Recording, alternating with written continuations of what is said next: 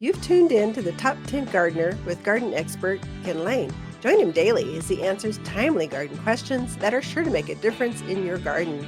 Now welcome your host, Ken Lane.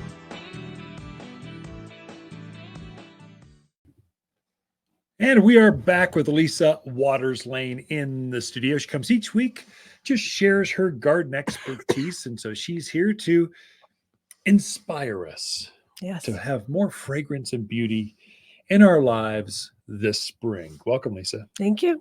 Good to be here. I don't know how you brought all these plants in the studio. I have no idea how you carry. What do you have, like a backpack and a I use a shopping cart. Oh, there we go. I'm trying to get like 24 plants. There's no way you got enough time to share all those. No, but I walk through the yard and I'm like, oh, that's cool. Look excited. At that. Oh, look at that. So I start grabbing things and I know it's too much, but you know. You should start with those Amaryllis. Oh my gosh, those came in. That is amazing. So these are really cool. So Amaryllis, most people think of Amaryllis as a Christmas plant. It's that bright red or sometimes white, big trumpet shaped flower.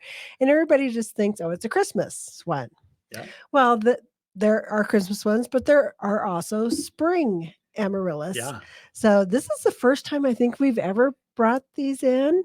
So they're a spring Amaryllis. So they're going to be blooming here in the spring. This is actually an Easter Amaryllis. Easter. It's programmed to bloom, be in bloom, or darn close at Easter. And we got another series for Mother's Day coming. All right.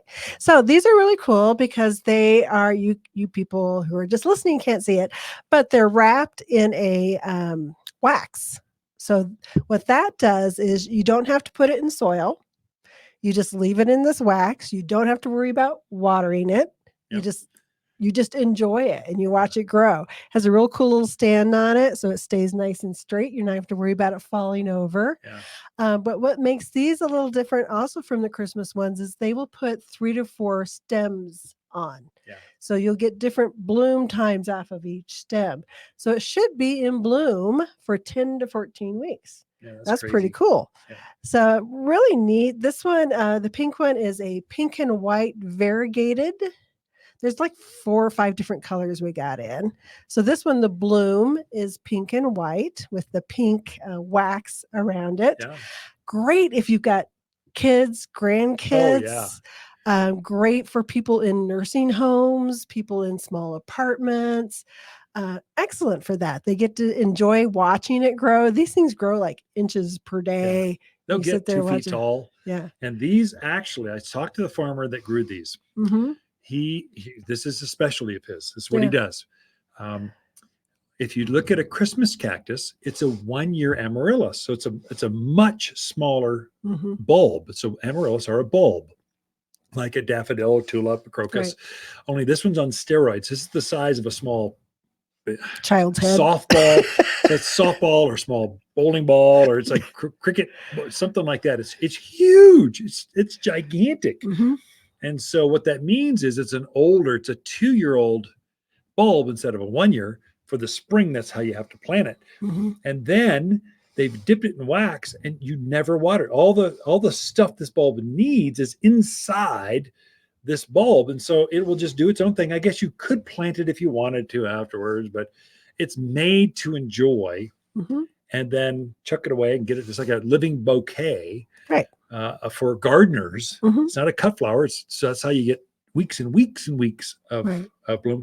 And then the flowers, you get more flowers and bigger flowers because it's a much older bulb. Right. So it's like a bulb on steroids. It's like a Christmas Amaryllis, only not red. It's prettier on steroids. It's beautiful. I'm so excited. We're taking several home.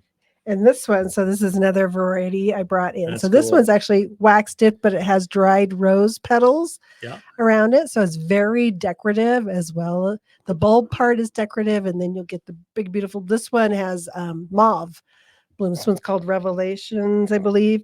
And it'll be like a really dark mauve color. Like the color of the rose petals. Yeah, literally, they dipped this Amaryllis in rose petals. If you're driving right now, you should pull over and think about this, or at least turn the car around, come to Waters Garden Center, check this out. You've never seen this before. It's so cool.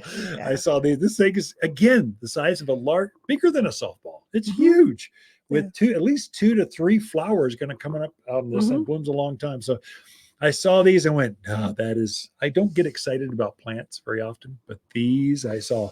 Wait till you see the Mother's Day list. Oh my gosh, it's really Ooh. neat. Some have succulents glued onto them Sure. in moss. It's really neat. So super cool if you're doing Easter baskets. Yeah. Hey, maybe Yeah. throw in an Easter basket. That'd be kind of fun. Those kids don't need candy.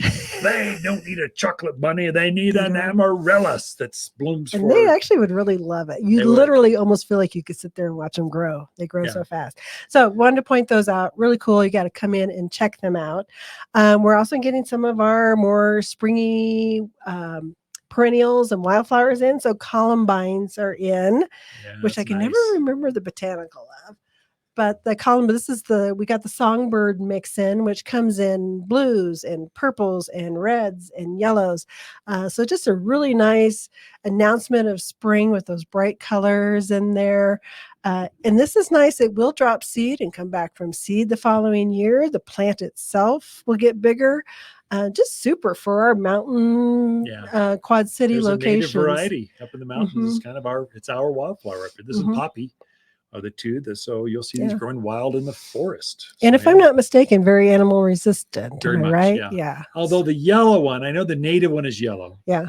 I'm not so sure about these bright purples and reds. Sometimes the deer can eat just the flower. They'll leave the foliage alone, but sometimes they eat the flower. It depends on the herd and how bored they are. Right.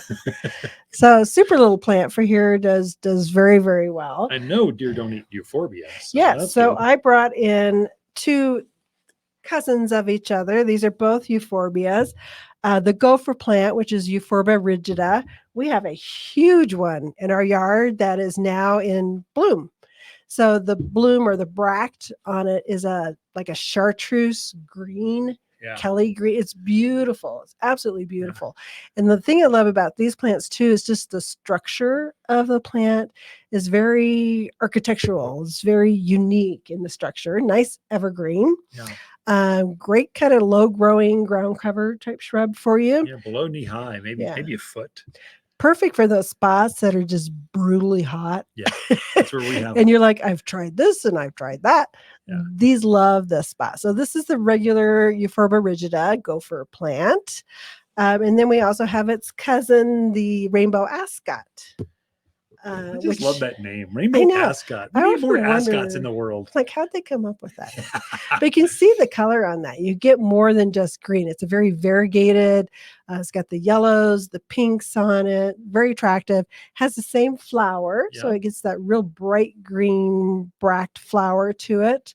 Also very attractive. Take our cold. Animal resistant. Heat loving.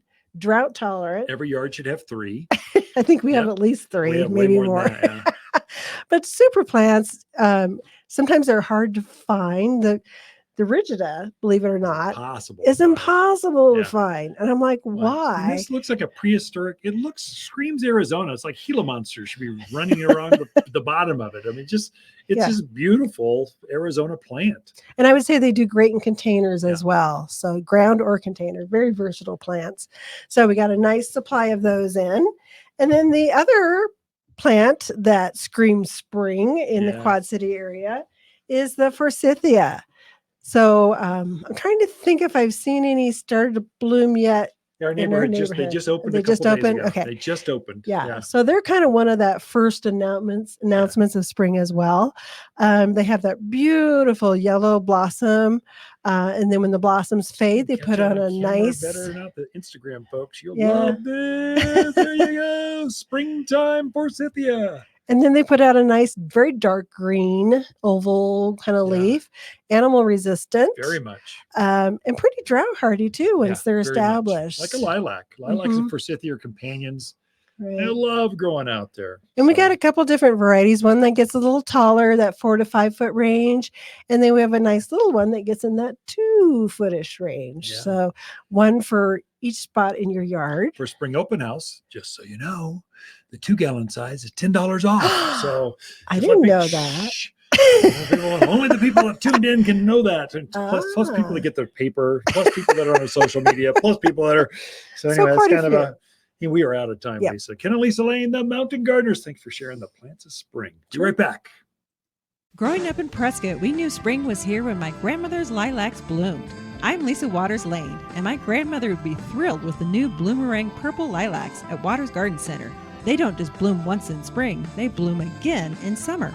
Mine bloomed 3 times last year, making spring last well into fall, and just $29.99. Come check out all the heavenly new sights and scents that are making this spring the most beautiful ever. Lilacs like Grandma used to grow and better. Waters Garden Center in Prescott. You're listening to garden expert Ken Lane, owner of Waters Garden Center in Prescott. Look for more tips, tricks, and garden shortcuts through Ken's website. Additional shows of this podcast, read his weekly garden column, or follow him on Facebook, Instagram at watersgardencenter.com. That's Waters with 2 T's, gardencenter.com.